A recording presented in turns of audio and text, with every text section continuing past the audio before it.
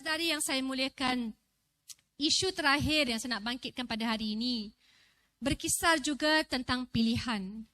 Kerana sudah tentu kalau ramai yang tanya kepada saya, adakah saya akan terus dalam dunia politik 20 tahun selepasnya. Saya kenal Akmal semasa masih belajar ketika itu.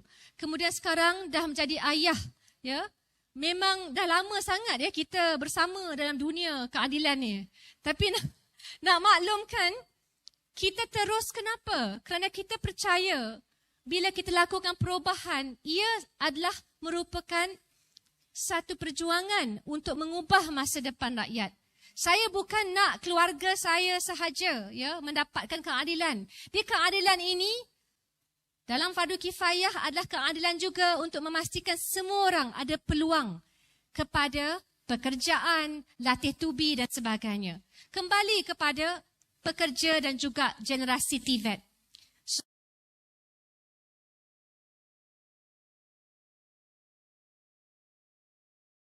Saudara-saudari, antara Mac 2020 hinggalah Julai 2021, 21,000 pelajar kita ambil keputusan tak mahu sambung belajar.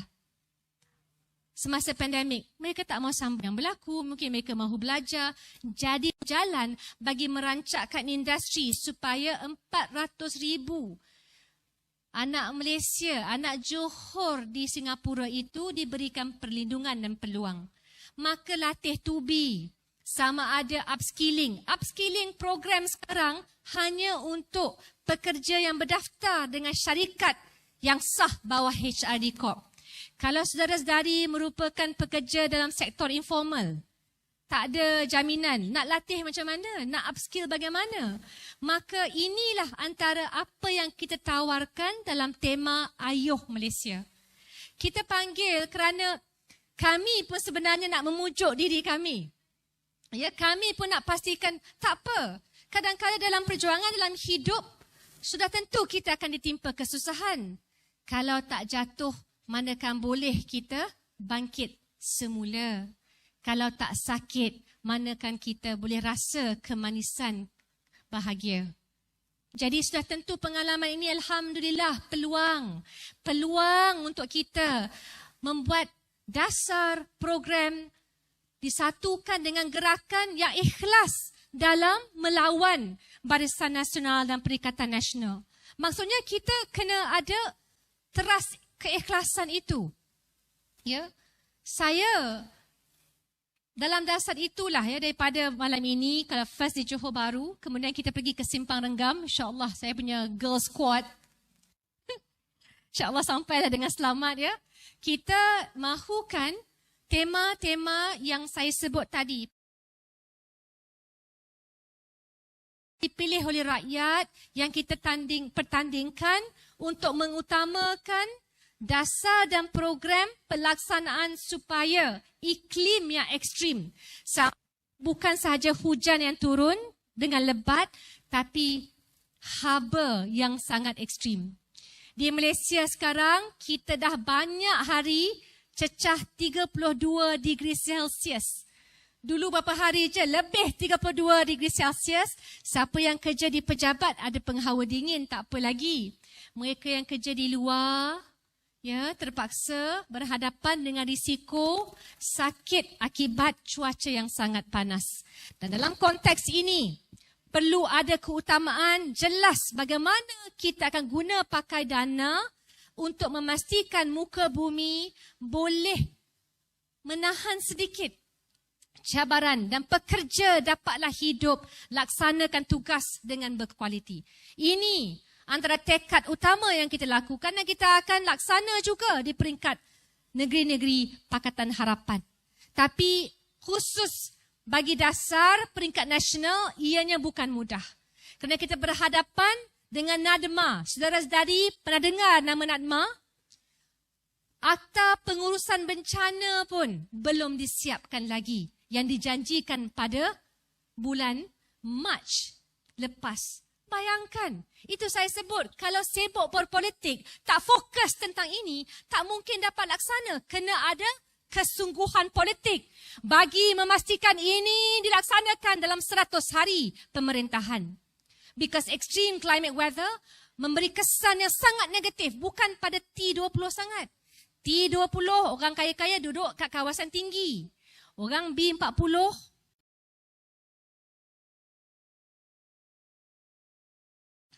kena banjir, mudah terdedah kepada perubahan iklim. Kedua, isu apa? Generasi TVET. Saudara-saudari, dah ada 7 kementerian jaga TVET.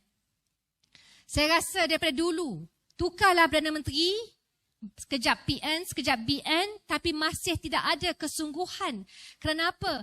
Kerana anak-anak mereka mampu mereka sekolahkan di luar negara. Adakah mereka merasa kalau di konteks kampung-kampung negeri Johor, di Permatang Pauh, kami buat kajian kemiskinan semasa COVID melanda, April hingga Mei 2021. Kami dapati kalau ada 5 orang anak dalam rumah isi rumah ibu tunggal, anak pertama jauh lebih baik berbanding anak nombor 4. Kenapa? Kerana kemiskinan itu menjadi satu beban generasi. Anak keempat terpaksa pinjam guna phone yang sama yang diguna pakai oleh anak pertama. 4 orang guna satu phone nak belajar apa secara baik. Sudah tentu tak minat. Bila tak minat apa dia buat? Dia rasa elok saja kerja. Tapi kalau kerja tanpa upskilling, dalam 5 tahun gaji dia mendatar. Ya, bila ibu dah tak ada, siapa nak jaga mereka ini, saudara-saudari? Kerana itu kita tekankan kepada generasi TVET, termasuk pekerja kita. Kalau dulu, saya masih ingat kalau di Pulau Pinang itu, masuk kerja di kilang. Mungkin bermula dengan pekerja kilang. Lepas 5 tahun jadi supervisor. Dia ada tangga-tangga, dia ada cara nak fikir, okey, bagaimana? Dan 5-8 tahun saya boleh dapat gaji yang lebih baik. Kedudukan yang lebih terjamin. Saya tak payah kenapa gerakan Ayuh Malaysia nak menarik, nak memaksa, nak memastikan kita lindungi mereka yang bekerja dalam sektor TVET ini, ya. Ketiga, saya rasa mungkin Akmal akan bercakap dengan lebih panjang lagi bab ini tentang security makanan. Saya memang sempat bertemu dengan beberapa penternak di Matang Pauh. Mula-mula nak pujuk penternak tak mudah juga. Dia akan tanya soalan cepu emas. Tak tahulah Pak Hassan pernah ditanya ke tidak. YB pernah ke jaga lembu? Kita kata kita pernah sebenarnya. Kerana semasa projek NFC didedahkan oleh Saudara Fizi Ramli. Saudara Fizi Ramli sempat mengira-ngira lembu-lembu yang tidak terjaga di ladang gemas. Jadi kita tahu bila itu berlaku. Tapi lebih kepada peranan ahli parlimen untuk siasat skandal dan dedahkan kepincangan yang berlaku. Tapi penternak-penternak saya tabik, termasuk nelayan. Termasuk petani. Kita kena beri pengiktirafan kerana kalau tidak dijaga sektor dan masyarakat dan segmen ini, kita nak makan apa secara berkualiti? Saya masih ingat lagi bila pergi ke pasar untuk bercakap, berbincang, kita sempat juga menziarahi dan belajar lawatan sambil belajar di dalam sebuah ladang ternakan ayam. Kita faham bagaimanakah antara semua sektor-sektor di Malaysia ini, ayam merupakan antara yang paling berjaya. Tapi apakah kelemahan bila kita dihimpit krisis? Kerajaan tidak memberi subsidi yang mencukupi bagi peringkat pertama, satu, dan keduanya bila menghadkan harga jualan. Penjual ayam sebut kepada saya, kalau harga ini YB, saya duduk rumah pun saya tak rugi. Tapi kalau paksa saya ternak dan saya terpaksa jual pada harga yang terhad, memang saya tak rela. Dan bab ketiga sudah tentu, kita tak mahu campur tangan juga syarikat kerajaan dalam sektor ternakan. Semua ini sekali lagi saya katakan, apa dia rahsia dalam kejayaan mana-mana negara? Dah ada bakat, kita bagi dokongan. Dah ada bakat, jangan masukkan pasir dalam bakat dan syarikat yang memang benar-benar punyai keupayaan. Dan kita ganti pula dengan kawan kita dalam politik. Jadi kerana itulah dalam segi urus tadbir, ini 3 tema yang kita pilih. Ada lagi 2, tentunya perumahan dan juga pendidikan yang percuma, dan saya fikir akan diolah oleh pihak lain. Saya punya pesanan terakhir khusus untuk semua pengundi, kerana sekarang orang kata orang muda ni dia akan undi ikut telunjuk ibu dan ayahnya. Ya, saya memang menghormati ibu dan ayah saya, tapi saya rasa orang muda selalunya a bit rebellious. Dia nak pastikan masa depannya dipilih dengan sendiri. Takkanlah orang muda, pengundi yang layak mengundi, tak mahu tahu dengan lebih lanjut. Dan ini merupakan cabaran kita. Kerana kalau lebih ramai orang muda yang layak mengundi, maka saya percaya senario di negeri Johor ini akan berubah dan kita akan membuahkan hasil yang jauh lebih cerah. Maka gerakan untuk memastikan orang muda keluar mengundi juga, Saudara Akmal, kita kena tekankan calon-calon dalam keadilan mempamerkan wajah bukan saja orang muda, tapi juga wanita. Ya?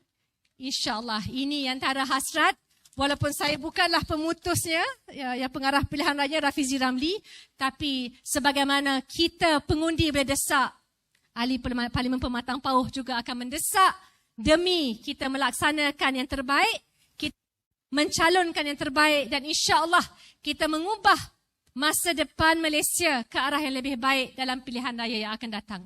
Saya berharap di Larkin, orang Johor Bahru, orang Johor akan berbondong-bondong untuk mengeluarkan undi anda.